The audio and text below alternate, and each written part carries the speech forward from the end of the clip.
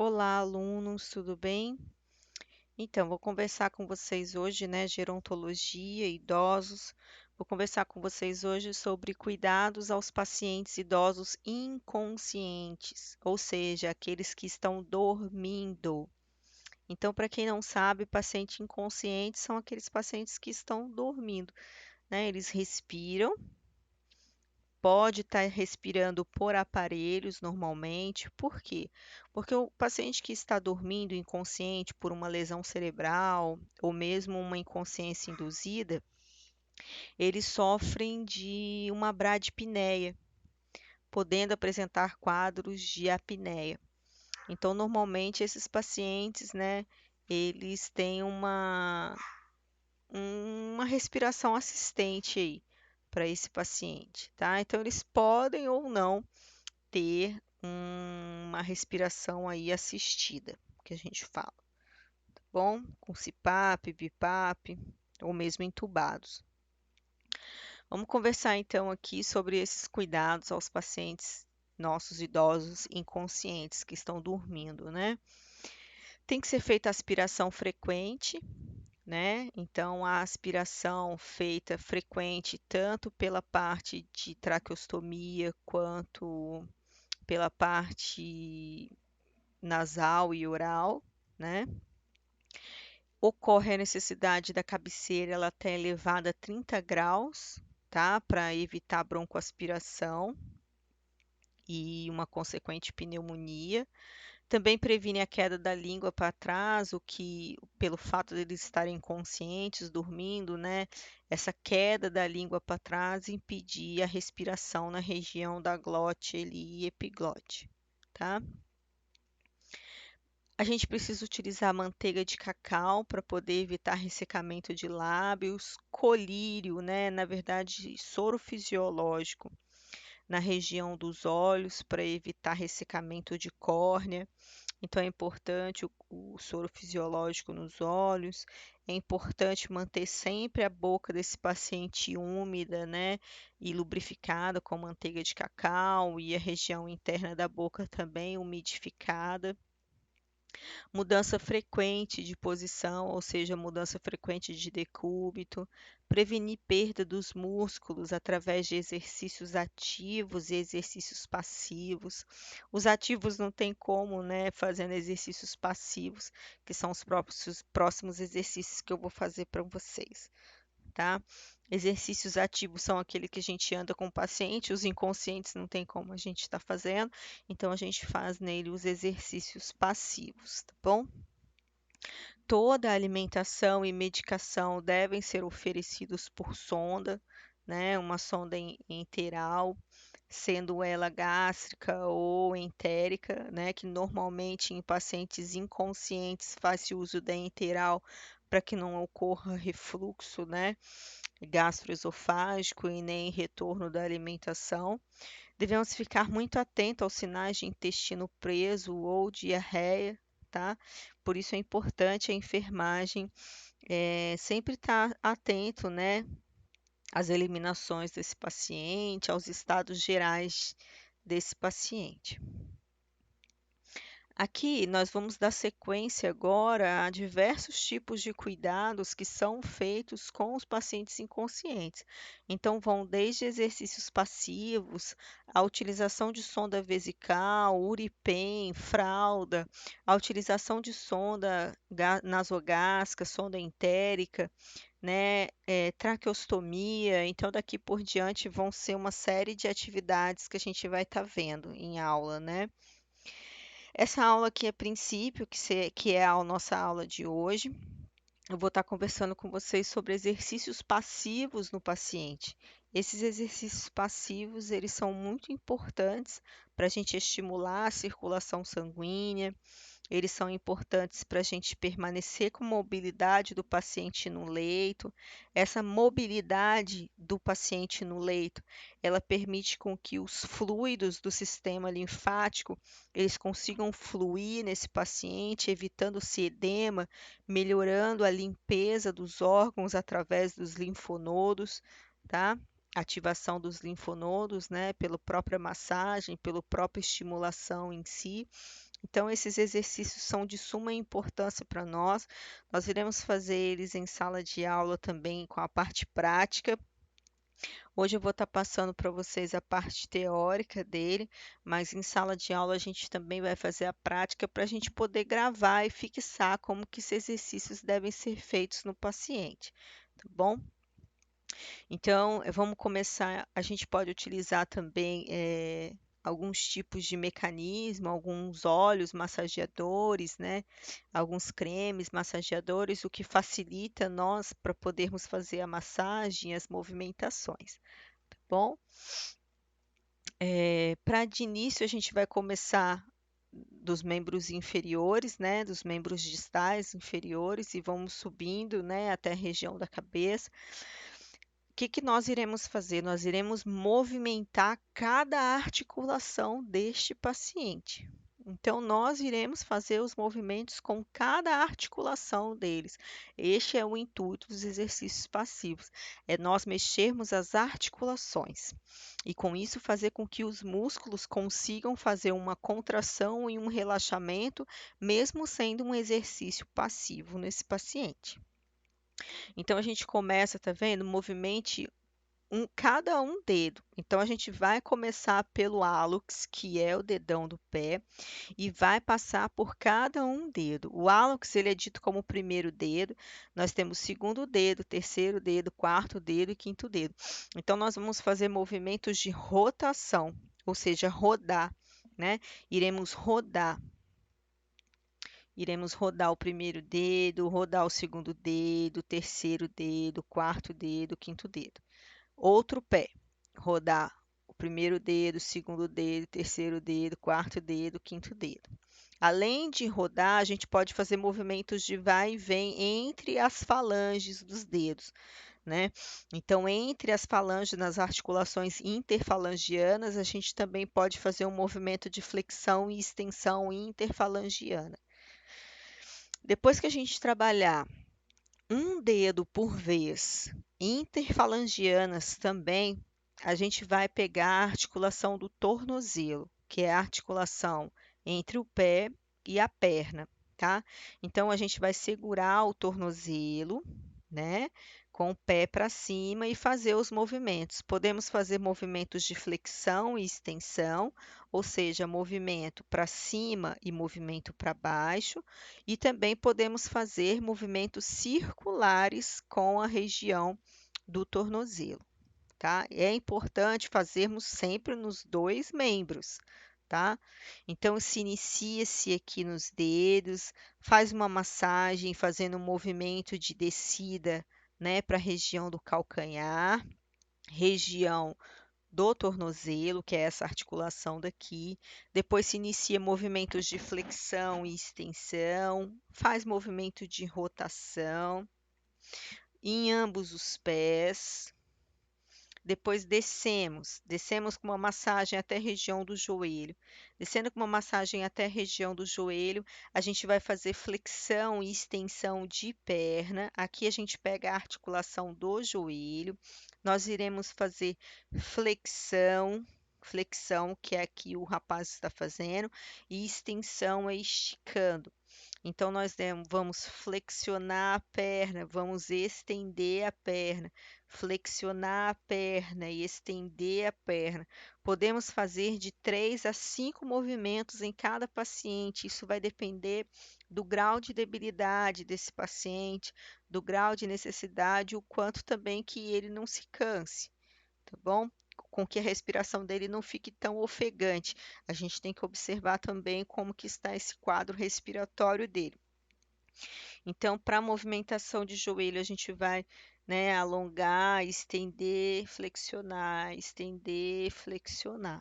Isso são movimentos passivos, tá, pessoas? Isso é feito pelo fisioterapeuta hoje, mas por muitos anos foi feito pela enfermagem, tá bom? Faz-se na perna direita, depois faz-se a mesma coisa na perna esquerda. Com os pés da pessoa apoiados, né? Vamos afastar, abrir e fechar o joelho, abrir e fechar o joelho. Com isso, a gente vai trabalhar a lateral de coxa, tá bom? Então, a gente abrindo e fechando o joelho, a gente trabalha lateral e interno de coxa. Então, com as mãos apoiadas na cama e o joelho, solicite que a pessoa cuidadosamente levante o seu quadril. Então, fazer um levantamento do quadril, pedir o paciente para levantar e abaixar, e levantar e abaixar. E isso em pacientes que estejam conscientes. Os inconscientes não vão conseguir fazer isso, mas a gente pode trabalhar com massagem nessa região aqui articular, né? Fazendo levantamento aqui de perna por inteiro, fazendo uma massagem nessa região aqui articular do fêmur, tá bom? Depois que passamos dessa fase, nós vamos fazer exercícios passivos nos braços. A gente pode iniciar desde os dedos também, novamente. Deixa eu dar uma olhadinha aqui se ele já fez direto, tá vendo, ó? A gente pode iniciar, ele não iniciou pelos dedos, ele iniciou pela articulação do ombro. Então, a gente pode trabalhar a articulação do ombro fazendo flexão e extensão. Não precisa trabalhar os dois braços ao mesmo tempo, nós podemos trabalhar um membro de cada vez. Então, aqui eu posso pegar, fazer flexão e extensão para trabalhar a articulação de ombro. Depois de trabalhar a articulação, eu faço uma massagem até a região do cotovelo. Faço flexão e extensão de cotovelo. Então, flexão e extensão de cotovelo. Faço uma massagem até a região do punho e vou fazer um movimento circulatório com esse punho, um movimento de flexão e extensão do punho.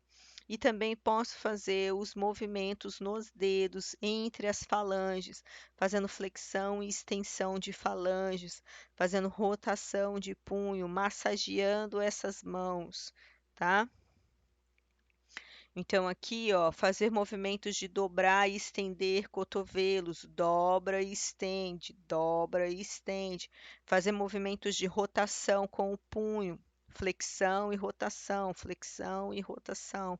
Também interfalangianas, fazer movimentos de flexão e extensão interfalangianas, né? Fazendo movimentos de rotação interfalangianas. Isso é muito importante em ambos os membros. Depois de feito isso, eu posso vir fazer uma massagem nas costas, fazer uma massagem nessa região de ombros e começar para o pescoço.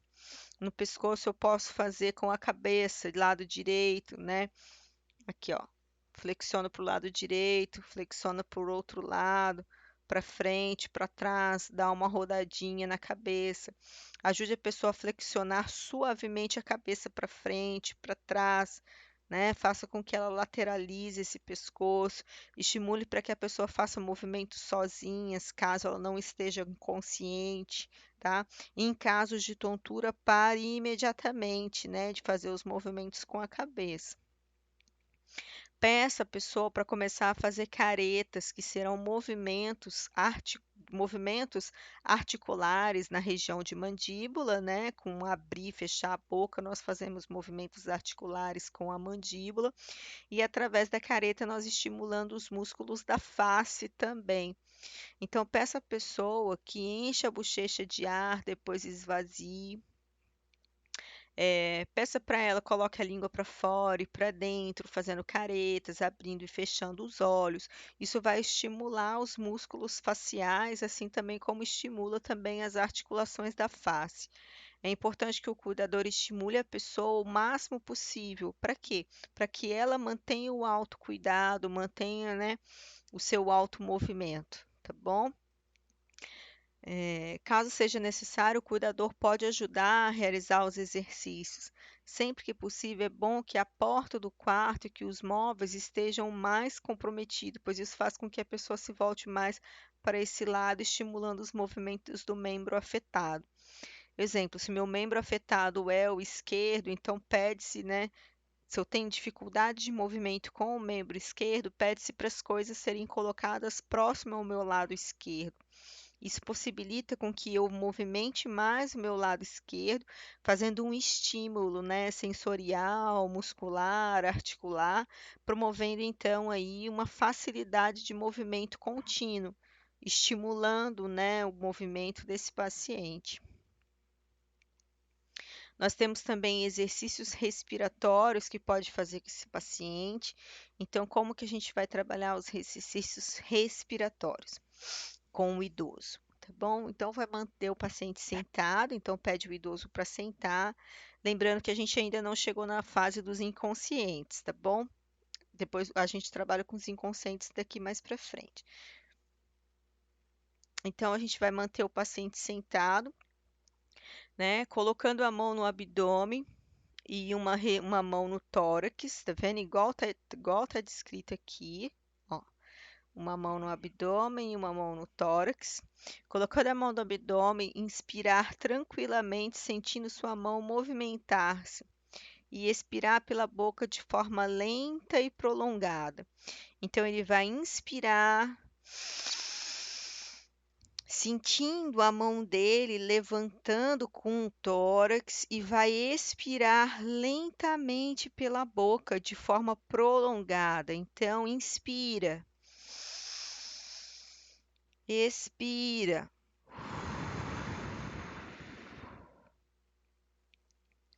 Ao inspirar, aqui já é um outro tipo de movimento, tá vendo? Ao inspirar, o paciente ele vai elevar os braços e ao expirar, ele vai abaixar os braços. Então, inspira, eleva os braços, expira, abaixa os braços, inspira, eleva os braços, expira, abaixa os braços. Isso são movimentos respiratórios para os pacientes idosos. Isso faz uma expansão pulmonar, facilitando e melhorando a circulação e a respiração desses pacientes idosos, tá? Então, são exercícios também que a gente vai fazer a prática em sala de aula para a gente conseguir frisar esses movimentos que é tão importante para os pacientes idosos. Sempre estimular o paciente a tossir e observar a cor da secreção. Caso não esteja clara, é importante ele avisar o profissional de saúde, né, a coloração que está esse escarro. Oferecer bastante líquido ao paciente, né, principalmente porque o líquido ele ajuda a fluidificar as secreções, ele ajuda com que essas secreções espessas ficam mais fluidas e sejam mais fáceis de serem expelidas, tá? Os exercícios podem ser feitos no leito ou em pé, dependendo do estado do paciente, mas precisam ser feitos, tá bom? Então, tanto os exercícios passivos quanto os exercícios respiratórios, para nós, como equipe de saúde, é de extrema importância com que a gente trabalhe no paciente. Sendo a gente trabalhando em home care, seja nós trabalhando, né, em residências, lar de idosos, ou se estivermos trabalhando em hospitais geriátricos, tá? Então, é de extrema importância com que a gente consiga fazer essas atividades passivas e esses exercícios respiratórios para manter esses pacientes mais saudáveis. Bom, daqui para frente eu vou falar de pacientes traqueostomizados, paciente com UriPen, pacientes com sonda entérica, tá? Mas por enquanto eu vou ficar com essa aula, eu vou ficar por aqui. Espero que vocês tenham entendido. Tentem fazer em casa, tá? Tentem fazer essas práticas em casa com algum parente, um irmão, um filho, um marido, né, um sobrinho. Tentem fazer essas práticas em casa, tá? Para a gente poder, quando a gente retornar, vocês já estarem cientes de como vai ser a nossa prática, tá bom? E é isso, eu peço que vocês estudem e façam essa atividade em casa, tá bom? Bom isolamento social. Espero que todos agora se resguardam um pouco mais, né? Estamos no pico aí do Covid-19, né? Eu enviei um áudiozinho, um videozinho sobre isso para vocês. Espero também que vocês deem uma olhada, né? O que uma doutora falando sobre isso. E é isso, tá bom? Se cuidem e estudem em casa, façam essas práticas em casa com algum parente de vocês. E é isso, até a próxima. Qualquer dúvida que vocês tiverem, é só entrar em contato comigo, tá bom?